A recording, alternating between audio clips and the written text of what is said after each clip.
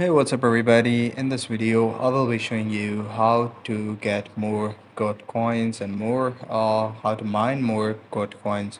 In order to do so, all you have to do is to go and click on the button right next to the your wallet address. Just tap on it and it says get more coins.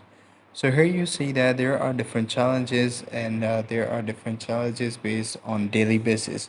For example, if you make a transaction, you will get 10,000 gold coins plus two tickets, and this is a free claim. All you can do is to get this free after doing it. So these are some stages that you have to perform. For example, one first you have to make a transaction, then free claim, then make a transaction again, then free claim, and this is how it goes.